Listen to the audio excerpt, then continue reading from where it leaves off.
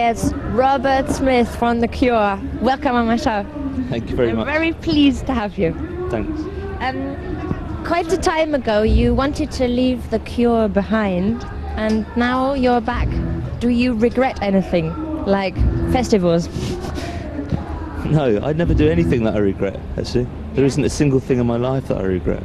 Really? Yeah. How do you do that then? Because I always act totally on instinct. Yeah. I never think too much about decisions. I always just do what feels right, and it usually is. I understand. And if you actually make something that you maybe call a mistake, it was still out of your tummy a right decision at that time. Yeah, and I think when I was planning to end The Cure with the trilogy film, it was a plan. And when I reached 2003, I kind of felt in my heart that I didn't really want to stop. Yeah. So I didn't consider that part of it when I made this plan. So I thought, well, also Roche Robinson, the American record producer, arrived on the scene around that time and kind of got in touch with me, and I felt it was too good an opportunity to miss, really, to work with him. So, I mean, once I made the decision to do another Cure album, I felt really good. Yeah. But you know these people who actually run around all their life saying, oh shit, I made this mistake and I have to take care I don't make any mistakes anymore. They don't really love themselves that much. Would you say you love yourself quite a lot? I think I loathe myself more than any other person in the history of the world, actually, yeah. I'm trapped inside myself. Sort of like the opening song on the new record is entirely about that. I mean, but at the same time, I have a very fulfilling life. I wouldn't swap it with anyone else's. I just couldn't feel constrained by the limitations of being human, basically. So I don't really want to be anyone else. And I think, I mean, of course I make mistakes. I'm not sure that if you worry about making mistakes that it means you don't love yourself. Actually, it might well be the other way around, because if you really don't care about yourself, you don't really care if you make mistakes. So in some sense, I feel that there are choices that I've made which were the best choices at the time. But I mean, with the benefit of hindsight, of course you could do lots of things differently, but I never think what would be the best thing to do, even though I don't feel it's the best thing to do. Yeah. And those kind of mistakes I never make. We just have to explain to the viewers that the loud sound is coming from the hives. They're sort of playing right next to us at the moment. Just behind the settee. Yeah, exactly. They're very small, the hives are. On End of the World, your voice sounds very, very joyful, and I think that is one big The Cure achievement, having dark songs sounding very joyful.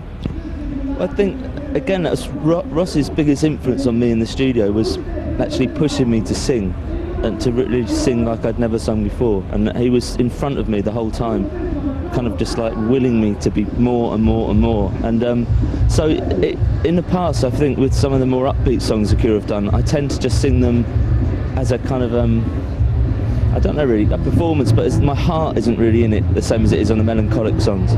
But with these upbeat ones on this record, Ross wanted me to make him smile as I sang. So. But that sounds, there's all this talk about the producer of the record, Ross Robinson, I'm just saying for the viewers, that he did strange things to you, the band, to get things out of you. Yeah. But it wasn't only mean stuff he did. So it sounds nice when he said he made you smile. It's a very positive thing. I don't think he did anything mean, actually. I think that he all the stories about him, which there are many, like that he makes people cry and he drives people to like despair. All he wants is like everything. I say like that's all he wants. It's everything, and he just goes about getting it in different ways. He knows how to get to people. But if you join in with him and you want the same thing as he wants, then it's perfect. There is no conflict. So anything he suggested to me that I should do, I tried it, because I thought, what have I got to lose? So I didn't resist anything. A couple of the band did. They found it very difficult and they resisted the ideas that he had. But eventually we all kind of got together and decided we would just do what he said. And it was a really powerful experience because of that, because I think a lot of people probably waste too much energy fighting for their own ideas, you know. And I mean, I've always had the control over what The Cure do, and I wrote the songs, so, and I'm singing. But on this record, I gave over all the control about all the other facets of what we do to Ross. And I thought, if I can do that, then everyone else should be able to do it. Yeah. And is it a very good experience giving away this power to someone else? As long as you know you're going to get it back at the end. As long as you don't get married with him or something. Yeah, I wouldn't like to go on a round the world cruise with Ross. I think I'd be a nervous wreck. I'd like to talk about your voice on this record explicitly again. There's something in Germany, we call it die Stimme überschlägt sich. So the voice somehow goes beyond the peak, which is not insulting you. You know, when it gets really loud or very high, it's like tipping over. Is that something Ross also made you do? Well, I think that's a combination of two things actually. It's the way that I was singing, because I was singing live. Every song was a performance, and normally I don't do that. And I think the other thing is that the mixes of the songs were very rough. Because when we came back into the control room after a take, Ross would say to me, "How do you hear the song?" And I would just balance it, and he'd say, "Right, that's the mix." So we didn't do a mix, like, you know, and that's normally on pretty much every band in the world mixes their albums, because then you've recorded and then you try and get the balance. But we actually recorded it in a room with the balance right, and so there was nothing to do really. So, and because it was how I hear the band, and I hear my voice very loud because it's inside my head. So the voice is much louder than it's been on any other record we've done. Yeah.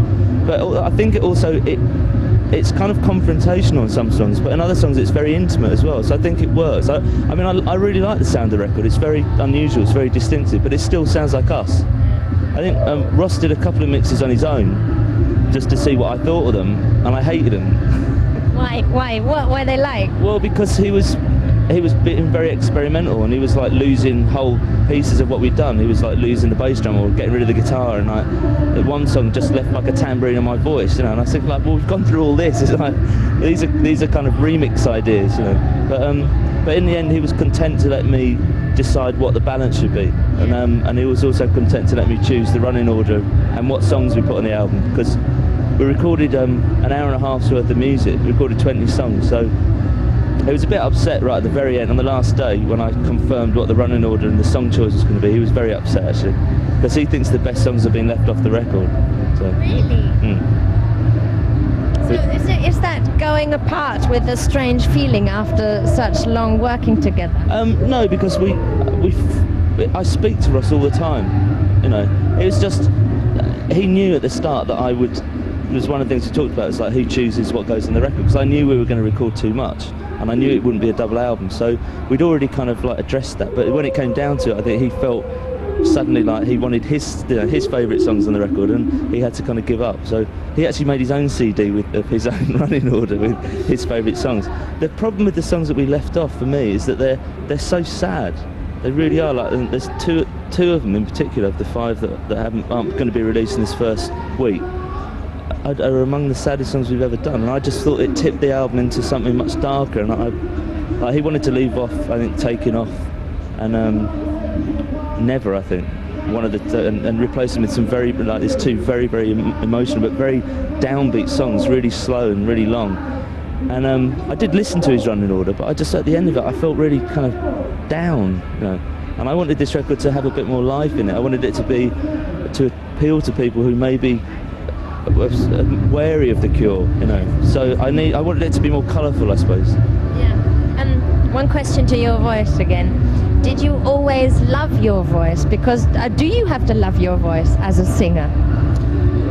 That's a weird question actually, because when I'd never sung in public until I was 18, I think.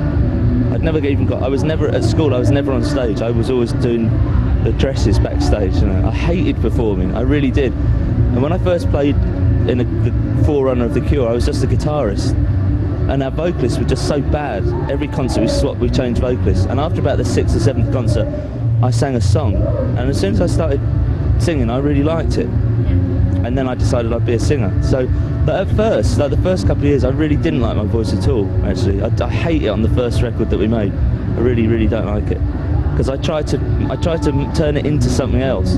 But then by the time we did that second album, I decided I would just sing like I speak. And that's what I've done ever since, really. Yeah.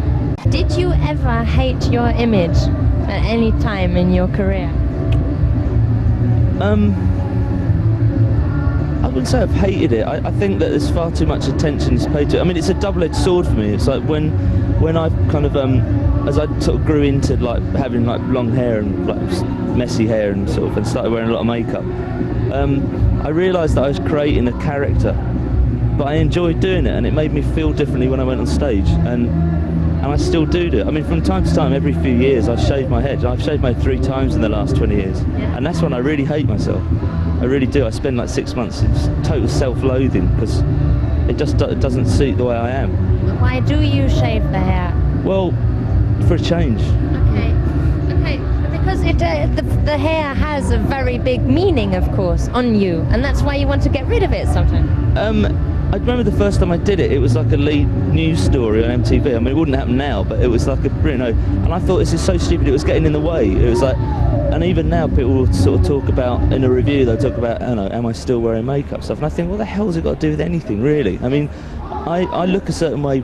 I mean, I live with someone who likes the way I look, and that's why I continue to look like this. If she didn't, I would change, I don't people often forget that, that if she wanted me to have a shaved head, I'd shave my head. I don't really worry about what I look like. I actually worry less than the person I'm with, because I don't have to see myself most of the time. I see myself like 2 minutes in the morning and 2 minutes at night, and 2 minutes before I go on stage, and that's kind of it. So. Yeah.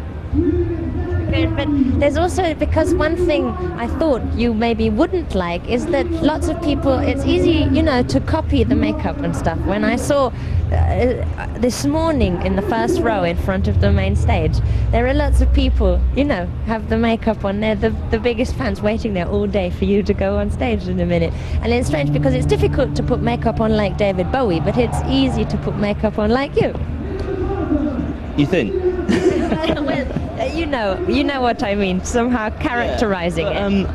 I think that there's people like to kind of feel a part of what we do. I mean, Cure fans, hardcore Cure fans look a certain way, and so when they see other hardcore Cure fans, they're attracted to them. They know they've got something in common. I mean, the Cure kind of represents almost like a life choice for a lot of people. We're like a band that does things in a certain way, and I've always been very honest about what we do, and even though it's really old-fashioned, we've got a certain integrity, and I think people respond to it. And so by dressing the same, they're actually just visually showing that they agree with what we stand for. So, I mean, I used to do it when I was younger. I mean, I still do. I don't know, I still look like me, so. What is the greatest misconception about Robert Smith?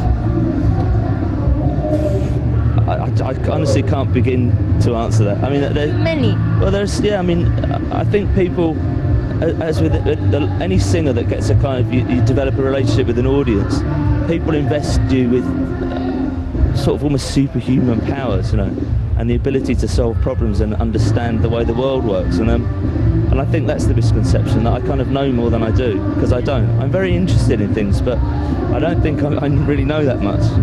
And I think it all stems from like the songs that I sing arise out of a certain urge to kind of communicate. But a lot of the time I'm actually a really quiet person. I don't have that urge to communicate. In fact, what I do is I've always found very paradoxical, actually, because it showed the fact that I didn't ever get on stage and perform all the way through until I was like late teens. Yeah. Shows that I'm not a natural performer. Most people who are in bands kind of did things when they were young. They're always running up to the camera and singing for their parents. Yeah, and I absolutely hated having my photograph taken. There's very few photos of me when I was young. So it does seem really quite strange that I've ended up doing such a highly visible thing. I've never been shy. I've always been very self-confident, but I've never been a loud person. So it is kind of weird that I've ended up being a singer. Yeah. It is very weird, actually. I'd like to talk about these strange things coming up again with Morrissey. All this quotes going around in the British press again, what you used to say about him and he used to say about you and stuff like that. But isn't it strange that there are so many, the Cure fans, who definitely have a Morrissey record at home, and vice versa? Yeah, I noticed that there's some of the things were researched. I figured that he must have a new record coming out about 6 months ago, because I started to read stories. He's got an active press office, and we haven't. I don't really take any notice of it, actually. I mean, the first time around, he just said a load of horrible things about me, and at one point I just responded, which I probably shouldn't have bothered doing, but I did because I got fed up.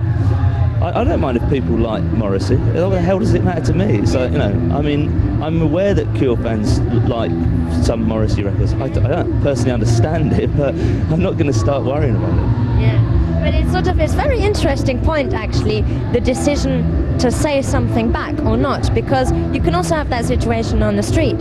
Either you walk away and feel bad, or you say something back. Well, I responded actually because I was drunk when I did an interview. So it was one of those things I talked about earlier about an instinctive just response. Yes. And probably up until that point I thought, well, this isn't worth it because it's going to it will live with me, and then I just sort of, he'd said one thing too many and I just kind of felt, I responded. The problem is journalists always want you to say the next nasty thing. I don't. No. No. Good, because I'm not going to. No, I know, you're not going to do anything. You're not drunk. No. That's why. After touring this record, what's going to happen? I promised myself that I wouldn't think beyond the next 6 months, because in the past, whenever we've started to plan for more than 6 months ahead, it starts to eat away at me, and I start to feel slightly trapped. Yeah. You know, if I know what I'm going to be doing every day up till Christmas, it's a bit of a weird way to live. So I know that we're playing in America up until the end of August, and then I think we're going to Mexico for a couple of days, and then that's it. After that, I don't know. But in a month's time, I'll probably have to start thinking about what we do after, you know. So do you go on holiday? I can't imagine you lying on a beach. I live on the beach, actually. Oh, no, really? Yeah, I do. Really? Yeah. What, on a sunny beach? Well, it's generally not very sunny now because it's in England. Okay. But I mean actually sort of holiday, You mean like like a Palm blue Beach holiday sky and- stuff, you know, what lots of English people do. No, I've never. I don't actually like the sun that much. I do occasionally go on holiday, but I usually go to places that are green and mountainous, Yeah. or both. And did you just say you do like the sun or you don't like the sun that much? Well, I don't mind sun, but I wouldn't seek out the sun. I don't not go out if it's sunny. But I don't actually go on holiday to like sunbathe. Yeah. You know. I realise that the sun hurts more and more. It's starting to really hurt when you're in the sun for a few minutes. Yeah, I mean, I don't think I've ever sunbathed actually. I'm naturally really hot. I'm actually a couple of degrees hotter than I should be. There's something terribly wrong with me, I think. But so when it's really hot, I get very, very uncomfortable. Yeah. So lying in the sun for me would be a slightly insane thing to do. Actually. So I'd probably combust. This is the final question, I'm afraid. What is the difference between Robert Smith and The Cure? Well, The Cure's a group, and Robert Smith isn't. That's true. That's why I've never been a solo artist. That's why, if you look, almost everyone else eventually, like, they move out of their group and they become solo artists. And to me, it bespeaks a certain type of character. Yeah. And I don't think, really, deep down, I wonder if I will ever take the step out of making music with a group, because for me, that's the whole point of making music, is with other people. I don't like the idea of being a solo artist. It's drawing attention to myself. I've kind of hidden within The Cure in a way. If it was called Robert Smith and The Cure, I would feel like a much more public person than I actually am. You know, the fact that I'm just a member of the band, albeit the singer and the most highly visible, I can still pretend to myself that I'm not that person sometimes. It sounds like cheating on yourself a little bit, because so many people would say Robert Smith is The Cure and The Cure is Robert Smith, which you would hate people saying probably. It's kind of like cheating, but I'm so stupid that I trick myself. I thank you very, very much. Okay, thank you.